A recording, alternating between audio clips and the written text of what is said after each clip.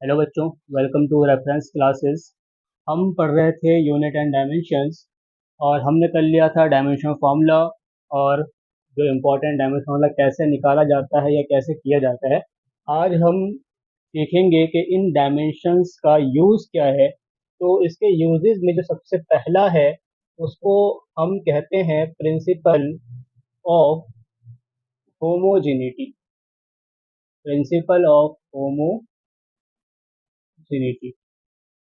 अब ये प्रिंसिपल कहता क्या है? ये प्रिंसिपल ये कहता है कि हमारी जो लाइफ में, डे टू डे लाइफ में कई क्वांटिटीज ऐसे मिलती हैं जो प्लस माइनस से सेपरेटेड होती हैं।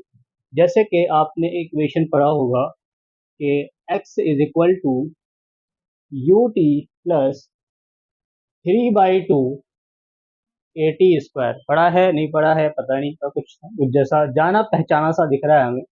तो x is equal to u t plus 3/2 a t square. ठीक है, इस इक्वेशन को ध्यान से देखना है कि कौन सा इक्वेशन है, ये सही है या गलत है, इस चीज को ध्यान से देखना है। ठीक है। अब प्रिंसिपल ऑफ होमोजेनिटी ये कहता है कि कोई भी टर्म्स अगर प्लस माइनस से सेपरेटेड होंगे तो उनके डायमेंशंस एक जैसे होंगे। ठीक है, अगर प्लस माइनस से सेपरेटेड हैं तो उनके डायमेंशंस क्या होंगे? एक जैसे होंगे। यानी कि सिंपल वर्ड्स में हम ये कह सकते हैं कि only physical quantity with same dimensions, अगर सेम डायमेंशंस के फिजिकल क्वांटिटी होंगे then it can be added और subtracted. Then it can be added और सब्ट्रैक्टेड। ठीक है, इसका मतलब क्या है? जैसे कि कोई हमारे पास स्पीड, या फिर स्पीड छोड़ो, अभी मास ले लेते हैं, मास और लेंथ के बारे में बात करते हैं।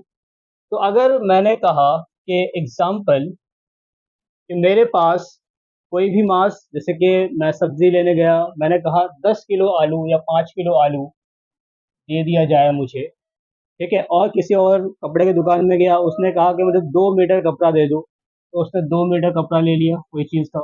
ठीक है, इन दोनों को हम ऐड नहीं कर सकते। तीसरा आदमी ये कहे कि भाई 5 किलो आलू लेके आया, 2 मीटर कपड़ा लेके आया, अब 7 किलो बोल दो या मीटर बोल दो, तो ऐसा पॉसिबल नहीं है। क्यों नहीं है? क्योंकि इसके यूनिट्स सेपरेट हो गए हैं, यूनिट्स अलग हो गए हैं। अगर यूनिट्स अलग हो गए तो डायमेंशंस भी अलग हो जाएंगे। अगर डायमेंशंस अलग होंगे तो ये ऐड नहीं होगा। यानी कि अगर यहाँ पे केजी है तो केजी वाली चीजें केजी वाली के साथ ही ऐड होंगी। ठीक है, अगर यहाँ मीटर है तो ये मीटर के साथ ही ऐड अप होंगे।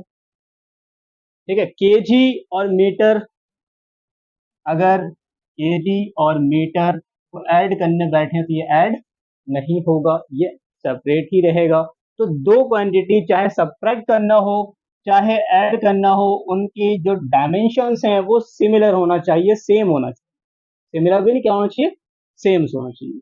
अब इस इक्वेशन को चेक करते हैं। इसमें x जो है ये है हमारा डिस्प्लेसमेंट, यानी कि लेंथ का डायमेंशंस है। तो लेंथ का डायमेंशंस और यहाँ पे जो प्लस माइनस से, प्लस से सेपरेटेड है ये डायमेंशंस, इन दोनों के डायमेंशन सेम होने चाहिए। ठीक है, अब इज इक्वल टू में है तो इज इक्वल इक्वेशन कहता ही है कि जो इक्वेशन का मतलब ही है कि बैलेंस होना चाहिए, बराबर होना चाहिए। तो इसका डायमेंशन क्या होना चाहिए? इक्वल होना चाहिए। और इसका डायमेंशन और इसका डायमेंशन भी क्या होना चाहिए?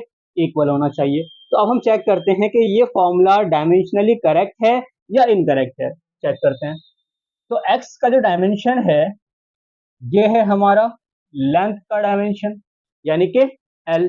इसी तरह से यूटी का अगर मैं डायमेंशन चेक करूं, सेम डायमेंशन आना चाहिए। अगर सेम आया है तो डायमेंशन ठीक बैठ रहा है, अगर सेम नहीं आया है तो डायमेंशन ठीक नहीं बैठ रहा है। तो यू टी का जो डायमेंशन है, यू का यूनिट क्या होता है? मीटर पर सेकेंड। मीटर के लिए लेंथ बाई टाइम, इनटू में टाइम, टाइम से टाइम कैंसिल, डायमेंशन क्या आ गया?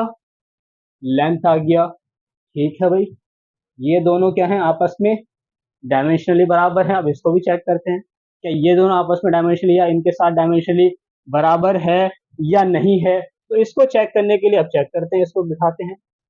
एक्सेलरेशन मीटर पर सेकंड स्क्वायर, तो मीटर का ऊपर कौन सा डायमेंशन रहेगा? मीटर के लिए लेंथ, और सेकंड स्क्वायर यानी कि टी पावर 2।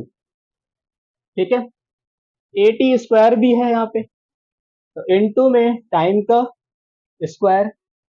ठीक है, तो अब टी स्क्वायर से टी स्क्वायर क्या हो गया, ये हो गया कैंसिल। तो भाई ये फॉर्मूला डायमेंशनली बिल्कुल करेक्ट है, लेकिन क्या ये फॉर्मूला एक्चुअल में करेक्ट है? Is it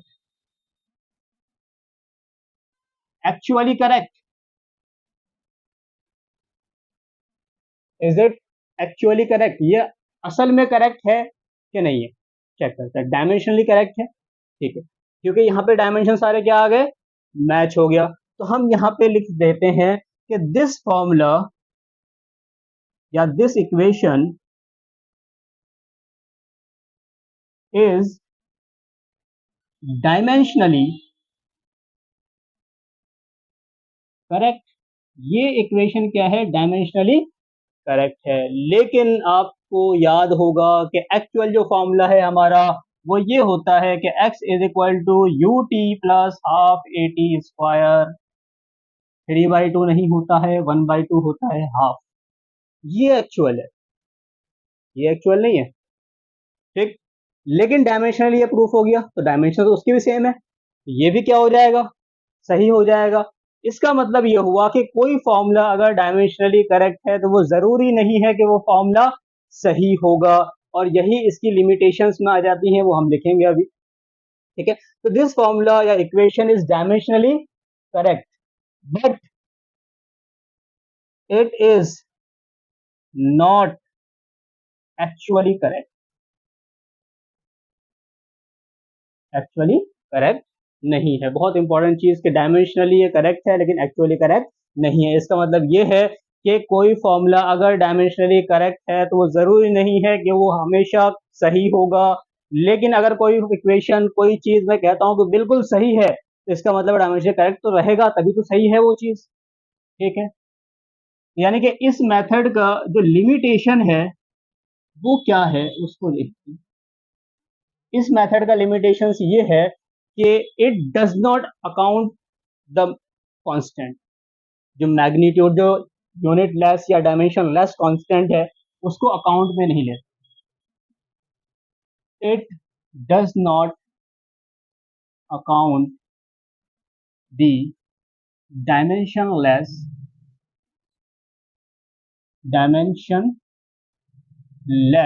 constant. ठीक है, खास बात याद रखना है, डायमेंशन लेस कांस्टेंट को ये अकाउंट में नहीं लेता। ठीक, it does not account for dimensional as constant. इसका मतलब ये है कि यहाँ पे हाफ ए टी स्क्वायर ये हो जाए, या 3/2 ए टी स्क्वायर हो जाए, या ए टी स्क्वायर हो जाए, ये तीनों ही क्या है, डायमेंशनली बराबर है। डायमेंशनली ये तीनों क्या है, तीनों फॉर्म डायमेंशनली सेम है ये चीज। अगर डायमेंशनली सेम है तो ये इक्वेशन भी क्या बैठेगा, सही बैठेगा। लेकिन अभी हमने बात किया कि डायमेंशनली अगर करेक्ट है तो जरूरी नहीं है कि वो एक्चुअली में करेक्ट हो।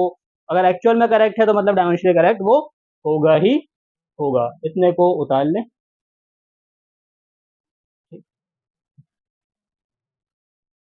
तो हमने पढ़ा अभी प्रिंसिपल ऑफ होमोजेनिटी। इसके बेसिस पे एक क्वेश्चन करते हैं कि हम सिर्फ ये चेक नहीं करते प्रिंसिपल ऑफ होमोजेनिटी से कि डायमेंशनल फॉर्मूला सही है या गलत है, हम ये भी कर सकते हैं कि इस प्रिंसिपल ऑफ होमोजेनिटी के हेल्प से किसी दूसरे डायमेंशंस का जो डायमेंशंस है या डायमेंशन फॉर्मूला है उसको निकालने में भी हेल्प करता है। तो उसको हम सीखते हैं एक क्वेश्चन के फॉर्म में कि किसी अननोन का डायमेंशन फॉर्मूला आप कैसे निकाल सकते हो। तो एक क्वेश्चन है कि distance travel by an object is given by equation.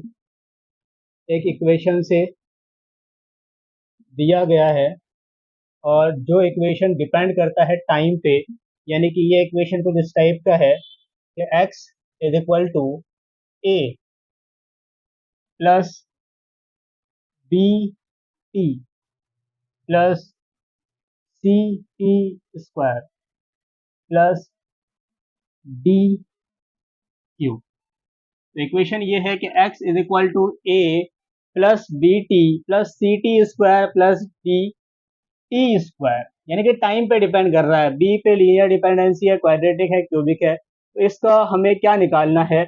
हमें निकालना है कि find the dimensions of a, b, c and d. ये कोई कांस्टेंट है, डायमेंशनल कांस्टेंट होंगे। तो इनकी वैल्यूज या इनके डायमेंशंस क्या हैं वो हमें निकालने हैं, इनके डायमेंशंस क्या हैं वो निकालने हैं।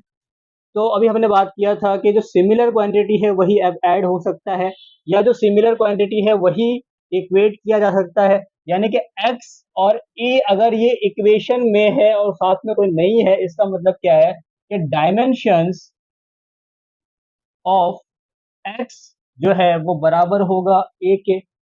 तो x क्या चीज है? अभी हमने क्वेश्चन में देखा है डिस्टेंस ट्रेवल इक्वेशन। तो ये x क्या है? यहाँ पे डिस्टेंस है। तो x का नहीं डिस्टेंस, डिस्टेंस का डायमेंशन क्या आएगा? लेंथ आएगा।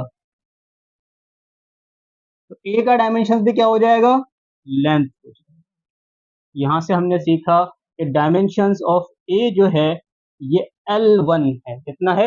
L1। अब bt सिमिलर क्वांटिटी या सिमिलर डायमेंशंस को ही सिर्फ हम ऐड कर सकते हैं।